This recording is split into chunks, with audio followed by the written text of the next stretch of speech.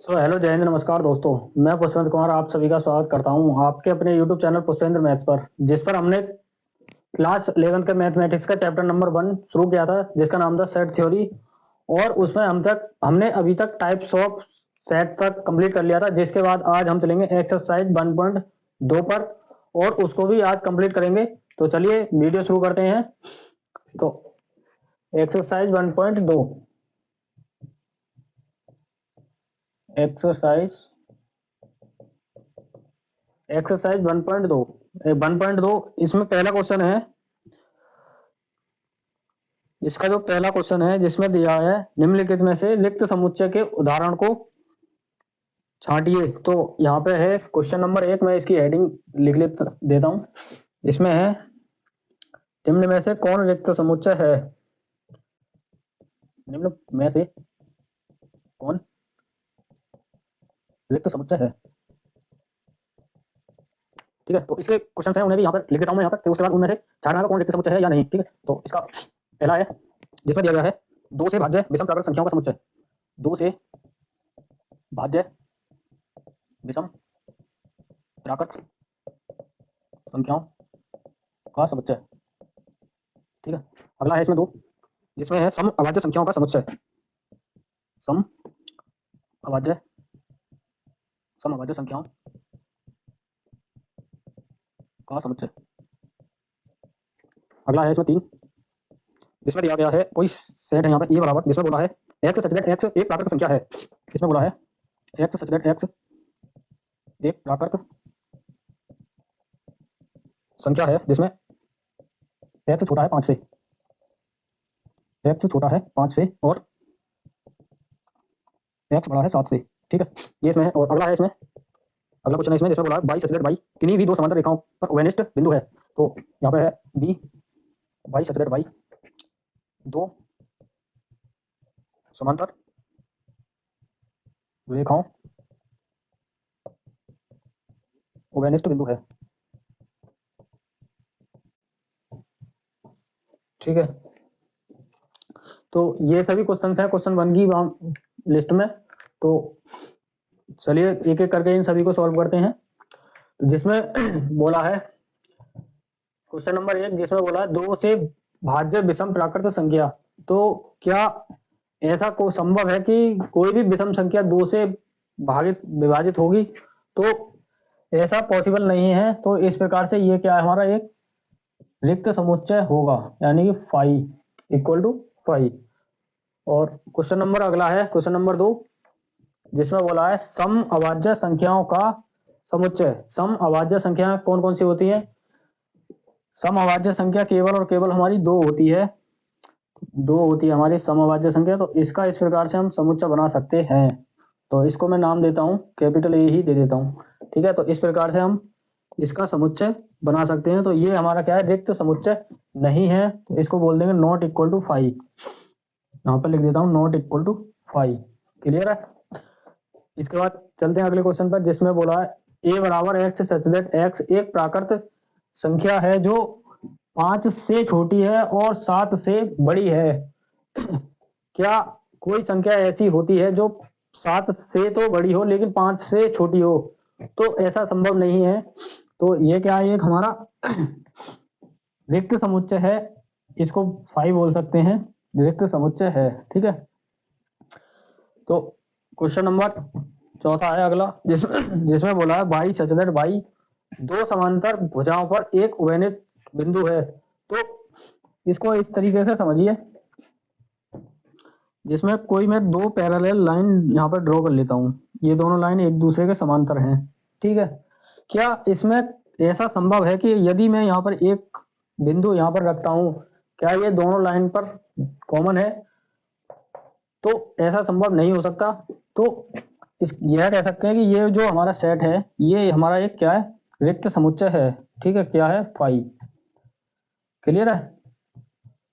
तो इस प्रकार से हमने क्वेश्चन नंबर 1 को समझ लिया और चलते हैं क्वेश्चन नंबर 2 पर। क्वेश्चन नंबर 2 जिसमें बोला है निम्नलिखित में से कौन परिमित है और कौन अपरिमित है। यानी कि इसमें क्वेश्चन जो दिए गए हैं इसमें परिमित और अपरिमित को छांटना है। तो यहाँ पर मैं क्वेश्चन ही लिख देता हूँ डायरेक्ट, और उसमें छाटना कौन परिमित है और कौन अपरिमित है। तो क्वेश्चन नंबर पहला है इसमें, वर्ष के महीनों का समुच्चय। पहला है इसमें वर्ष के महीनों का समुच्चय समुच्चय। और अगला है इसमें 2 नंबर, जिसमें बोला है सीरीज दे रखी है इसमें, ये कोई सीरीज है ए बराबर 1, 2, 3, इस प्रकार से चलती जा रही है अनंत तक। और अगला है इसमें 3 नंबर, बी बराबर, जिसमें दे रखा है 1, 2, 3, 99 और 100, ठीक है।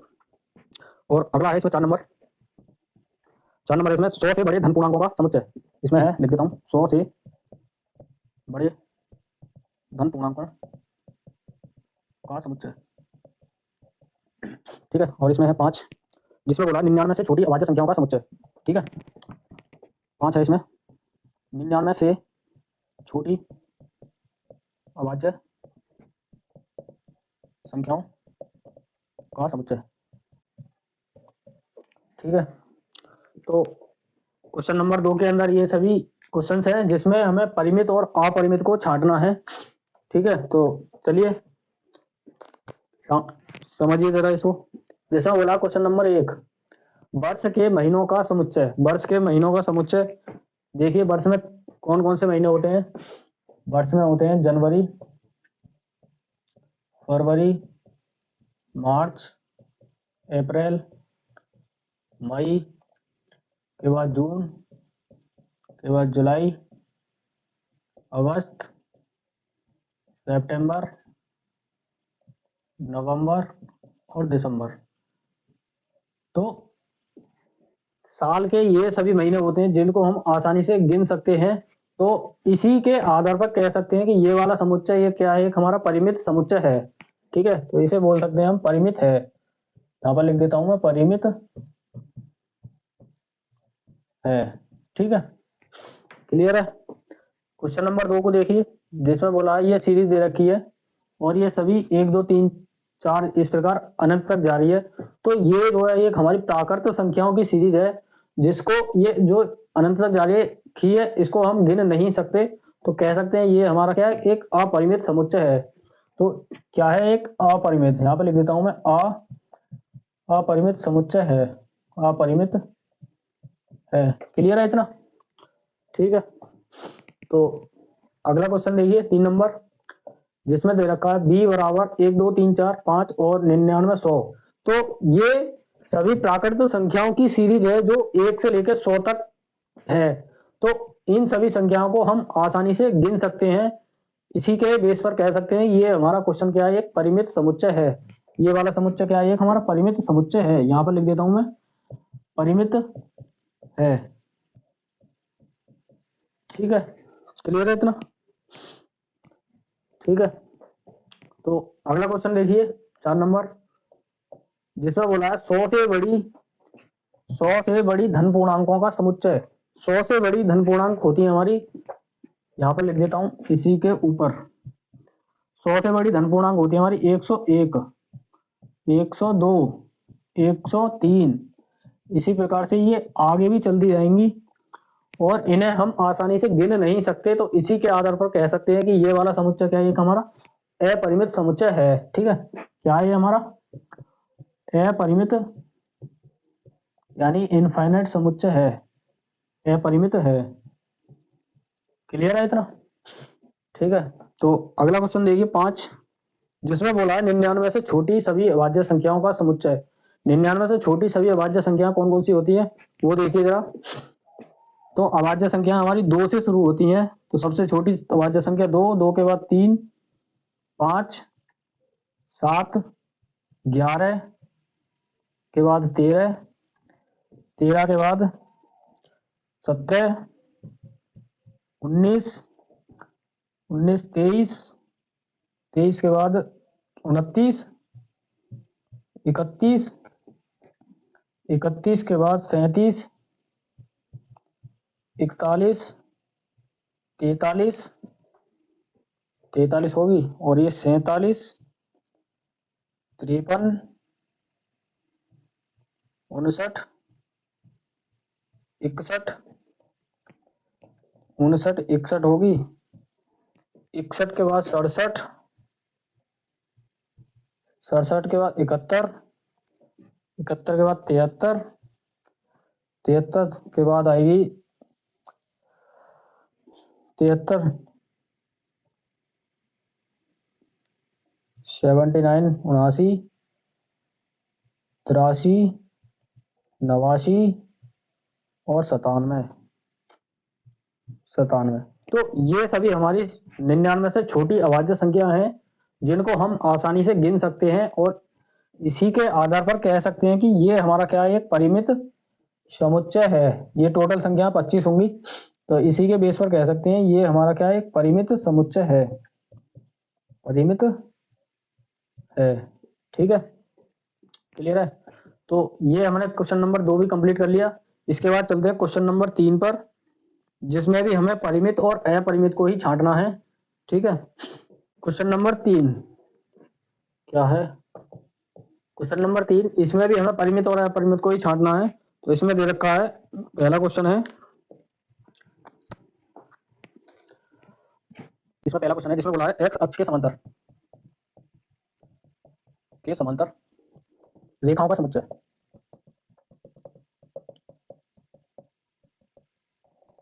रेखाओं का समुच्चय। ठीक है, अगला क्वेश्चन है इसमें 2 नंबर, जिसमें बोला है अंग्रेजी वर्णमाला के अक्षरों का समुच्चय। अंग्रेजी वर्णमाला के अक्षरों का समुच्चय।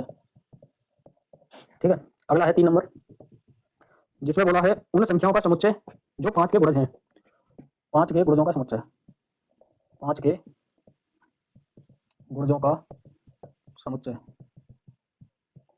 4 नंबर है इसमें पृथ्वी पर रहने वाले जानवरों का समुच्चय। यहाँ पर लिख देता हूँ, पृथ्वी पर रहने वाले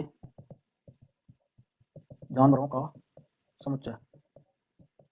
ठीक है, अगला क्वेश्चन है इसमें 5, मूल बिंदु से होकर जाने वाले वृत्तों का समुच्चय। मूल बिंदु से होकर जाने वाले वृत्तों का समुच्चय। ठीक है, तो ये सभी क्वेश्चंस हैं जिनको भी हम एक एक करके कंप्लीट करते हैं यहाँ पर और समझते हैं। जिसमें पहला क्वेश्चन है जिसमें दिया गया है एक्स अक्ष के समांतर रेखाओं का समुच्चय। एक्स अक्ष के समांतर रेखाएं देखिए जरा, यहाँ पर मैं एक क्वाड्रिलेटरल बनाया चतुर्थांश, इसमें ये एक्स अक्ष होता है और इसमें ये वाई अक्ष होता है। तो एक्स अक्ष के समांतर हम इस प्रकार से रेखा खींच सकते हैं, वो भी अनंत तक, यहाँ पे नीचे भी हम खींच सकते हैं। तो एक्स अक्ष के समांतर हम अनंत रेखाएं खींच सकते हैं। इसी के आधार पर हम कह सकते हैं कि ये वाला जो समुच्चय है ये हमारा क्या है, एक अपरिमित समुच्चय है। ठीक है, तो यहाँ पर लिख देता हूं मैं, ये अपरिमित है, अपरिमित है। ठीक है, दूसरा है अंग्रेजी वर्णमाला के अक्षरों का समुच्चय। अंग्रेजी वर्णमाला में कितने अक्षर होते हैं, 26। ठीक है, तो जिन्हें हम आसानी से गिन सकते हैं, जिसके आधार पर कह सकते हैं ये वाला जो समुच्चय है ये हमारा एक परिमित समुच्चय है। ठीक है, तो यहाँ पे लिख देता हूं मैं, परिमित है, परिमित है। ठीक है, क्लियर है। चलिए अगले पर, जिसमें बोला है 5 के गुणजों का समुच्चय। 5 के गुणज यानी 5 का पहाड़ा पढ़िए, तो 5 के गुणज होते हैं, 5 होता है, 5 के बाद 10, 15, 25, इसी प्रकार से ये आगे चलते जाएंगे और अनंत तक जाएगा ये क्रम। तो इसी प्रकार कह सकते हैं इस आधार पर कि ये वाला जो समुच्चय है ये हमारा एक अपरिमित समुच्चय है। ठीक है, क्या है, एक अपरिमित समुच्चय है, अपरिमित है। ठीक है, क्लियर है। चलिए अगले पर, जिसमें बोला है 4 नंबर, पृथ्वी पर रहने वाले जानवरों का समुच्चय। पृथ्वी पर रहने वाले जानवरों की संख्या कहीं ना कहीं एक निश्चित संख्या है, जिसके आधार पर हम कह सकते हैं ये समुच्चय एक हमारा क्या है, परिमित समुच्चय है। ठीक है, क्या है एक हमारा ये परिमित समुच्चय है, परिमित है। ठीक है, क्लियर है। अगला क्वेश्चन देखिए 5 नंबर, जिसमें बोला मूल बिंदु से होकर जाने वाले वृत्तों का समुच्चय। इसको इस प्रकार समझिए, यहाँ पर मैं ड्रॉ कर लेता हूँ एक चतुर्थांश, इसका ये मूल बिंदु है 0,0 और यहाँ से कितने वृत्त जा सकते हैं इस प्रकार से मैं इस यहाँ पे वृत्त बना लेता हूँ। ये दूसरा वृत्त हो गया, इसी प्रकार ये तीसरा वृत्त हो गया, ये चौथा हो गया। तो इस प्रकार से यहाँ से अनेकों वृत्त जा सकते हैं, जिसके आधार पर कह सकते हैं ये समुच्चय क्या है, एक हमारा अपरिमित समुच्चय है। ठीक है, क्या है, एक हमारा अपरिमित समुच्चय है, अपरिमित है। ठीक है, तो ये क्वेश्चन नंबर 3 तक कंप्लीट हो चुके हैं। इसके बाद चलते हैं क्वेश्चन नंबर 4 पर। क्वेश्चन नंबर 4 जिसमें बोला है निम्नलिखित में बतलाइए ए बराबर बी, यानी कि समान समुच्चयों को छांटना है। समझिए इसमें क्वेश्चन नंबर 4। ठीक है, क्वेश्चन नंबर 4 जिसमें दे रखा है, पहला क्वेश्चन है ए बराबर है A B C D, A comma B comma C comma D, और इसी में दूसरा सेट है बी बराबर बी सी बी ए।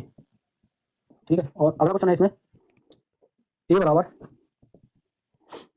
4 8 4,8 12 16, और यहाँ बी बराबर है 8 4 16 18।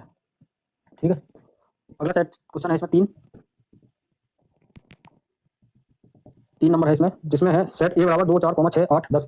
तो ए बराबर है 2 4 6 8 10, इसके ये सभी एलिमेंट हैं, और बी बराबर दूसरा सेट है इसमें एक्स सच दैट एक्स सम धन पूर्णांक है, एक्स सच दैट एक्स सम धन पूर्णांक है, जो जहां एक्स की वैल्यू 10 के बराबर या 10 से छोटी है। ठीक है, और अगला है इसमें 4 नंबर, जिसमें दिया है ए बराबर एक्स सच दैट एक्स 10 का गुणज है, संख्या 10 का गुणज है। ठीक है, और इसका अगला सेट है बी बराबर, जिसमें दे रखा 10 15 20 25 और 30, और इसी प्रकार ये सीरीज आगे चलती जा रही है। ठीक है, तो इसमें ये सभी क्वेश्चंस हैं जिसमें हमें a इक्वल टू बी को छांटना है, यानी a बराबर b इसे छांटना है। ठीक है, तो चलिए समझिए जरा क्वेश्चन नंबर 1 में समझिए, जिसमें पहला सेट दे रखा है ए बराबर ए बी सी डी, ए बराबर दे रखा है जिसके अवयव है ए बी सी डी, और दूसरा सेट दे रखा है बी बराबर डी सी बी ए। ठीक है, तो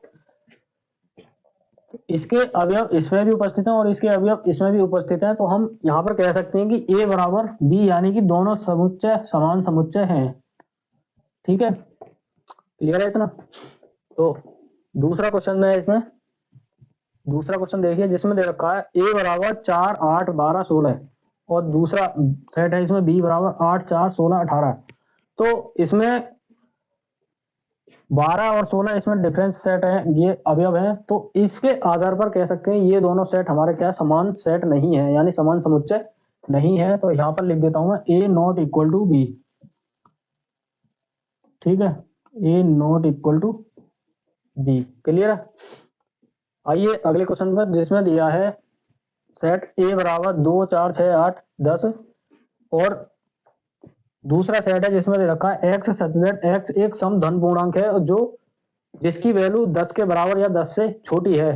तो यहाँ पर देखिए एक्स की वैल्यू कौन कौन सी आएंगी, एक्स बराबर यहाँ पर सम धन पूर्णांक जिसकी वैल्यू तो सबसे पहले आएगी सम धन पूर्णांक सबसे छोटी 2, इसके बाद 4, इसके बाद 6, इसके बाद 8, और ये 10।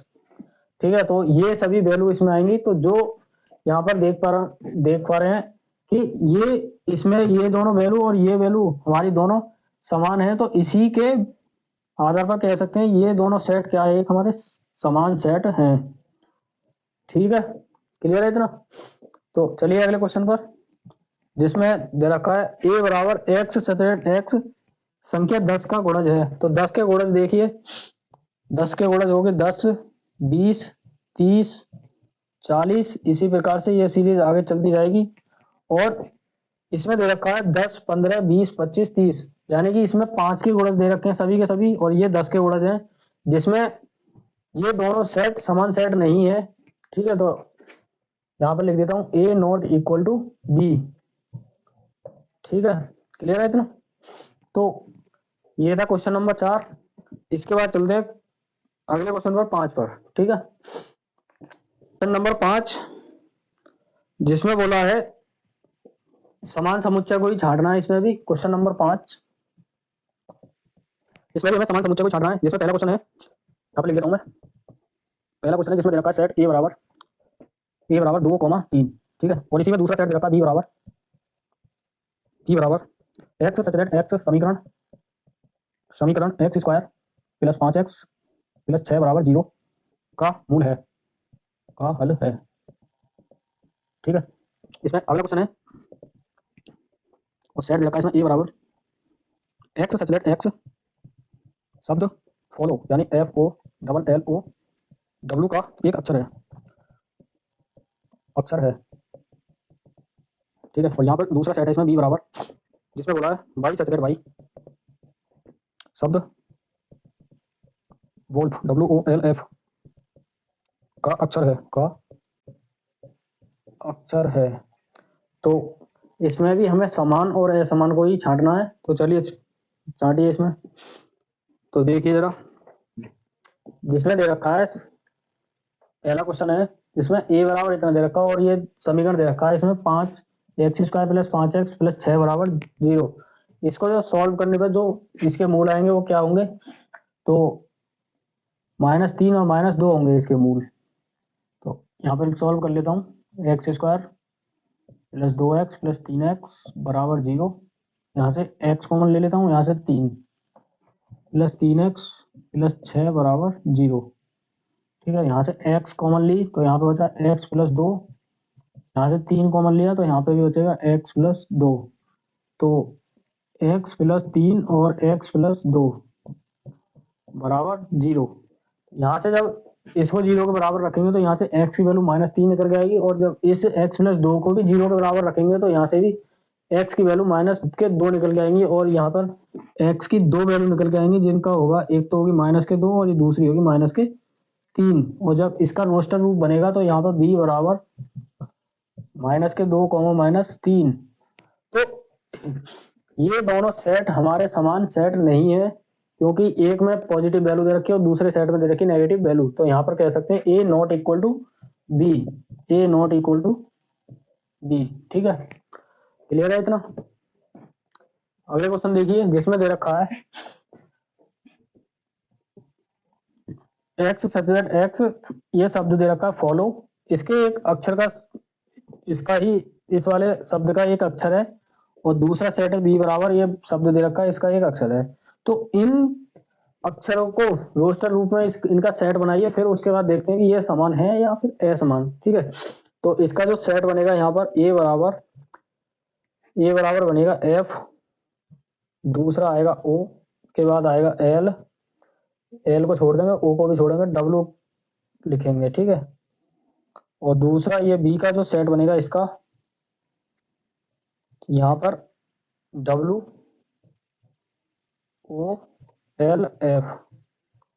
तो इन दोनों सेट्स में सभी अवयव समान हैं, और इसी के आधार पर कह सकते हैं ये वाला सेट भी हमारा क्या है, समान सेट है, यानी कि A बराबर B है। ठीक है, क्लियर है इतना। तो क्वेश्चन नंबर 5 ही हमने कर लिया। इसके बाद चलते हैं अगले क्वेश्चन पर 6 पर, जिसमें भी हमें समान और असमान को ही छांटना है। तो चलिए चलते हैं।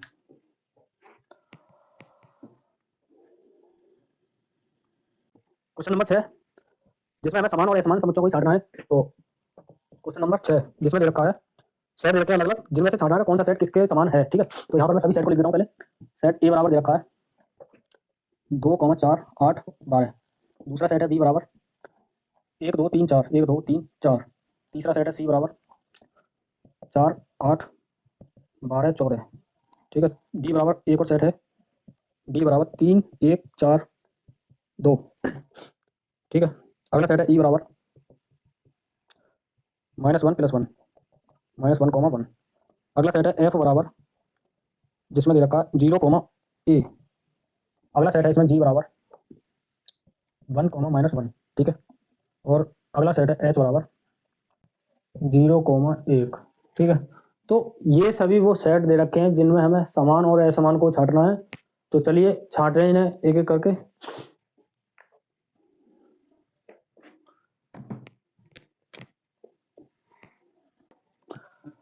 तो चलिए छांटे इन सभी सेट को। यहाँ से पहले ए इस वाले को बी से कंपेयर करिए, कीजिए इसमें। तो क्या इसके अवयव और इसके अवयव समान अवयव हैं? नहीं है ना, तो यहाँ पर लिख सकता हूं मैं A not equal to B. ठीक है, क्लियर है। तो बी का कंपैरिजन सी से करिए। तो इसके अवयव और इसके अवयव हमारे अलग अलग हैं, तो यहाँ पर लिख देता हूं ए नॉट इक्वल टू सी। ठीक है, तो सी से हो गया। अब डी से करते हैं, डी में भी इसके अवयव अलग अलग हैं, तो यहाँ पे ए नॉट इक्वल टू डी। ठीक है, ए का कंपैरिजन, ए जो है हमारा ई के भी समान नहीं है, और ई जो है ए जो है हमारा एफ के भी समान नहीं है, और ना ही जी के समान है और ना ही एच के समान है। ठीक है, तो समान को हमें छांटना है, तो इसको छोड़ दिए, समान समान को देखिए सिर्फ। तो ए का कंपैरिजन किसी से नहीं हो रहा, तो इसको छोड़ दीजिए। अगला देखिए बी का कंपैरिजन करिए। बी का कंपैरिजन सी से करेंगे तो इसके भी अवयव अलग अलग हैं, तो बी और सी भी हमारे समान सेट नहीं है। बी का कंपैरिजन डी से करने पे भी पता चलता है। इस बी का कंपैरिजन अगर यदि हम डी से करेंगे तो इसके बी के अवयव इसमें उपस्थित हैं। ठीक है, तो बी और डी हमारे क्या समान सेट है। यहाँ पे लिख देता हूं मैं बी इक्वल टू डी। ठीक है, क्लियर है। चलिए बी का कंपैरिजन ई से करिए, ये हमारे समान नहीं है, और एफ भी बी के समान नहीं है, जी एच भी नहीं है बी के समान, तो छोड़ देते हैं। चलते हैं अगले सेट पर। सी का कंपैरिजन डी से करने पर पता चलता है ये भी समान सेट नहीं है। सी जगह डी से ई से करेंगे इसका कंपैरिजन, ई भी सी के समान नहीं है, ना ही एफ है, और ना ही इन दोनों में से कोई सी के समान है, तो ये सी का छोड़ देंगे सी को। डी का कंपैरिजन करेंगे इनसे, डी भी किसी के समान नहीं है इनमें से, तो डी को भी इस छोड़ देंगे। ई का कंपैरिजन ई एफ के समान नहीं है। ई और जी हमारे एक क्या समान सेट है, तो यहाँ पे लिख देता हूं मैं ई इक्वल टू जी। ठीक है, ई और जी हमारा क्या है समान सेट है दोनों। और ई का एच से करेंगे तो ई और एच भी हमारे क्या समान सेट नहीं है। अब चलते हैं एफ की बारी आई। एफ से एफ और जी का कंपैरिजन भी करेंगे तो एफ और जी हमारे क्या समान सेट नहीं है। तो और एफ का कंपैरिजन यदि हम एच से करें तो एफ और एच भी हमारे क्या समान सेट नहीं है। तो चलिए जी पर चलते हैं। यदि जी का कंपैरिजन एच से करें तो जी और एच हमारे समान सेट नहीं है।